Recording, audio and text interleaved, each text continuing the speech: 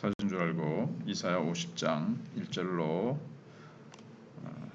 부터 합독하시겠습니다. 나 여호와가 이같이 말하노라. 내가 너희의 어미를 내보낸 이혼 증서가 어디 있느냐? 내가 어느 체주에게 너희를 팔았느냐? 보라, 너희는 너희의 죄악으로 말미암아 팔렸고 너희의 어미는 너희의 배역함으로 말미암아 내보냄을 받았느니라. 내가 왔어도 사람이 없었으며 내가 불러도 대답하는 자가 없었음은 어찌 됨이냐? 내 손이 어찌 짧아 구속하지 못하겠느냐? 내게 어찌 건질 능력이 없겠느냐? 보라, 내가 꾸짖어 바다를 마르게 하며 강들을 사막이 되게 하며 물이 없어졌으므로 그 물고기들이 악취를 내며 갈아여 죽으리라. 내가 흑암으로 하늘을 입히며 굵은 배로 덮느니라. 주 여호와께서 학자들의 혀를 내게 주사 나로 공고한 자를 말로 어떻게 도와줄 줄을 알게 하시고 아침마다 깨우치시되 나의 귀를 깨우치사 학자들 같이 알아듣게 하시도다. 주 여호와께서 나의 귀를 여셨으므로 내가 거역하지도 아니하며 뒤로 물러가지도 아니하며 나를 때리는 자들에게 내 등을 맡기며 나의 수염을 뽑는 자들에게 나의 뺨을 맡기며 모욕과 침뱉음을 당하여도 내 얼굴을 가리지 아니하였느니라. 주 여호와께서 나를 도우심으로 내가 부끄러워하지 아니하고 내 얼굴을 부싯돌같이 굳게 하였으므로 내가 수치를 당하지 아니할 줄 아노라. 나를 의롭다 하시는 이가 가까이 계시니 나와 다툴 자가 누구냐? 나와 함께 설지어다.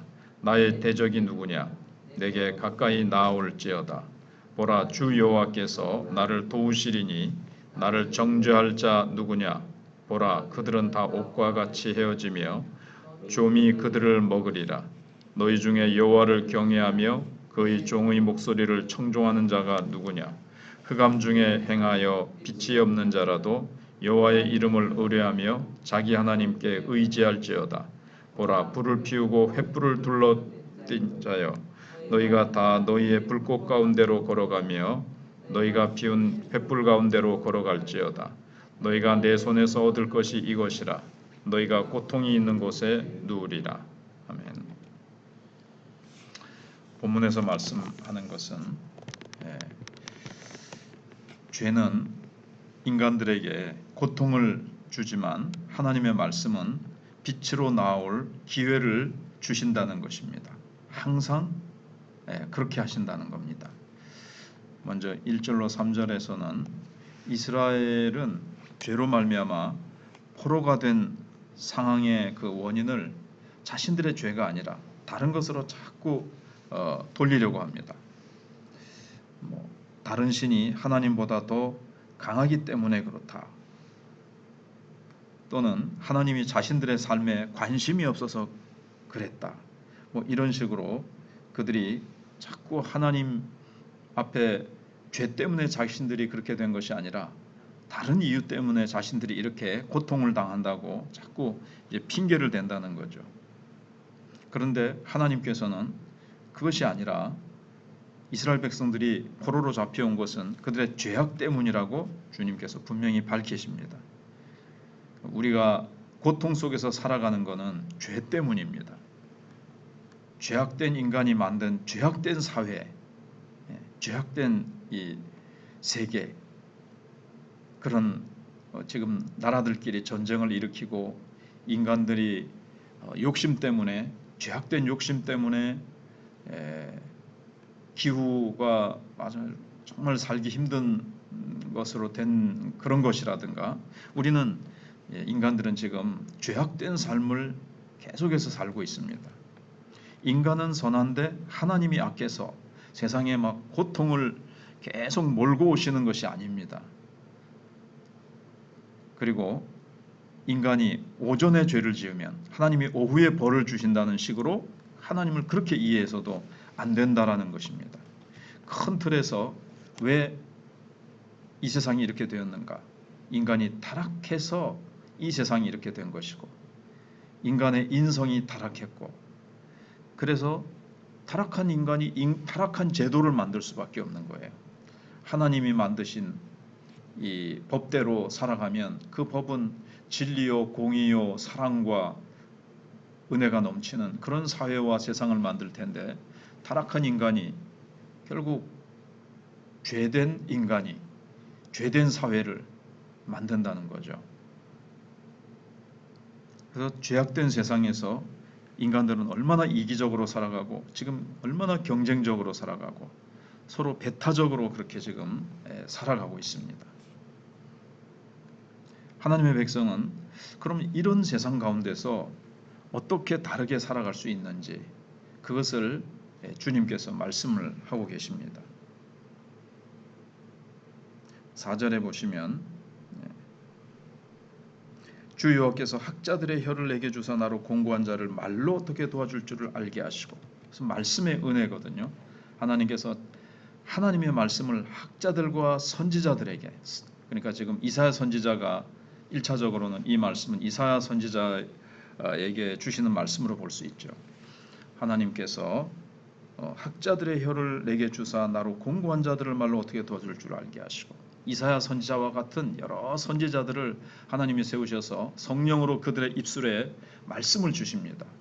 학자들과 같이 백성들에게 어떻게 잘 말씀으로 그들의 잘못된 생각, 잘못된 마음, 죄악으로 가득한 마음들을, 삐뚤어진 마음, 핑계를 대고 있는 그들의 마음을 향해서 어떻게 하나님께서 말씀으로 잘 그들을 도와서 깨닫고 하나님께로 돌아올 수 있게 하는지, 그것을 하나님께서 알게 하신다는 것입니다. 결국 죄라는 것이 얼마나 하나님께서 미워하시는 것이며 죄가 너희를 고통스럽게 하는 것이다. 너희들이 팔려가고 너희들이 이렇게 참 황폐한 지경에 이르게 된 것은 너희들의 죄 때문이다. 하나님께로 돌아오는 길만이 사는 길이다 라는 것을 선지자들에게 하나님께서 학자들의 혀를 주셔서 잘 깨닫게 하신다는 것입니다. 그래서 그들은 말씀을 통해 고통 중에 있는 사람들을 위로하고 죄의 길을 가는 자들을 돌이킵니다. 백성들은 선지자들이 전하는 말씀이 싫어서 그들을 무시하고 모욕하기도 하지만 하나님의 말씀은 끊어지지 않는다라는 것입니다.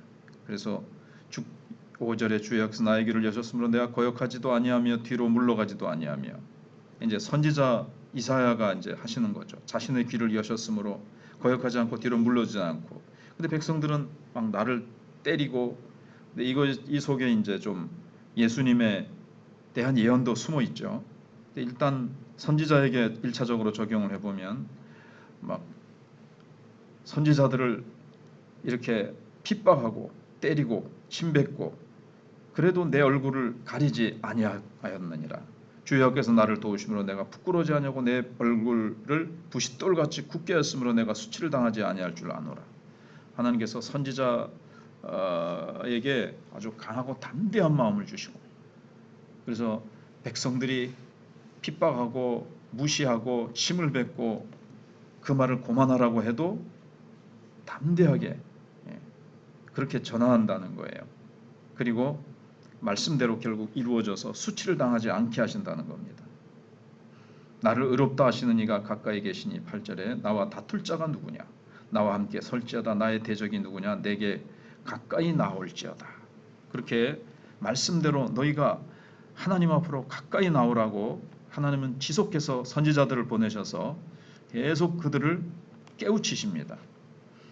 그들이 의를 향해서 서고 또 죄에서 돌아서라고 계속 주님이 말씀하십니다. 그래서 말씀대로 살면, 또 말씀대로 행하면 너희들이 살 것이라는 겁니다. 나의 대적이 누구냐, 내게 가까이 나올지어다. 보라, 주 여호와께서 나를 도우시리니 나를 정죄할 자 누구냐, 보라, 그들은 다 옥과 같이 헤어지며 좀이 그들을 먹으리라. 그래서 죄를 범하면서 하나님께로 돌아오지 않고 선지자들의 말을 계속 거역하면 그들은 옥과 같이 헤어지며 다 피조물이고 인생들이 흙으로 만들어졌는데 뭐 다 사라지게 된다는 거죠. 그러면서 9절부터 그렇게 나오는 말씀이 이제 그러니 회개하라는 거죠. 10절에 너희 중에 여호와를 경외하며 그의 종의 목소리를 청종하는 자가 누구냐? 흑암 중에 행하여 빛이 없는 자라도 여호와의 이름을 의뢰하며 자기 하나님께 의지할지어다. 지금 상황이 빛이 없는 세상이라는 것입니다. 그렇게 깜깜하다는 거예요. 그런데도 거기서도 기회가 있다는 겁니다. 흑암 중에 행하여 빛이 없는 자라도 여호와의 이름을 의뢰하며 자기 하나님께 의지할지어다. 거기서도 하나님이라는 횃불을 들 수가 있습니다. 깜깜합니다. 그러니까 세상적인 빛, 물리적인 빛은 전혀 없어도 하나님이라는 빛을 들라는 겁니다. 근데 어리석은 자들은 흑암 중에서 하나님이 아닌 다른 불을 자꾸 들려고 합니다. 그게 11절에 있죠. 보라, 불을 피우고 횃불을 둘러 띈 자여. 이건 이제 하나님이 아닌 어떤 세상의 불, 진정한 불이 아니에요. 그것을 들고 너희가 그 불꽃 가운데로 걸어가며 너희가 피운 횃불 가운데로 걸어갈지어다. 그렇게 한번 해봐라는 거죠. 너희가 내 손에서 얻을 것이 이것이라. 너희가 고통이 있는 곳에 누우리라. 하나님이라는 횃불을 들지 않고 다른 횃불을 들고 이 불을 밝혀보려고 그러고 이 어둠에서 벗어나 보려고 이 죄악, 자신들의 죄악이 만든 이 타락한 제도, 타락한 이 세상을 바꾸어 보려고 세상적인 것으로 아무리 해봐도 그들은 어둠 속에 누우리라는 것입니다. 여기 깜깜한 것이라는 것은 사실 이스라엘 백성들이 바벨론에 포로되어 간 상황을 1차적으로는 가리킵니다. 물론 모든 시대, 모든 사람들에게, 하나님의 백성들에게도 해당되죠. 죄를 범함으로 말미암아 하나님의 어떤 연단을 시키시려고 하나님께서 포로 잡혀 가게 하시고 인생의 밑바닥으로 하나님이 이제 더 겸손케 하시고 연단하셔서 하나님의 축복의 도구로 쓰시려고 낮추실 때에 하나님을 의지하는, 하나님을 횃불로 삼는 자는 살게 될 것이고, 그러나 그 깜깜한 가운데서 그 깜깜함을 인간적인 방법으로 해결하려고 인간의 횃불을 드는 자는 고통 중에 눕게 된다. 주님이 그렇게 말씀을 하십니다. 그래서 포로로 잡혀갔어도 아무리 깜깜한 절망의 상황에서도 하나님의 백성은 하나님만을 의지해야 된다라는 것을 하나님이 말씀해 주시고 있습니다. 아무리 깜깜해도 하나님이라는 횃불을 들 기회는 있다는 거예요. 근데 흑암 때문에 급한 마음이 들어도 우리는 다른 불을 들어서는 안 됩니다.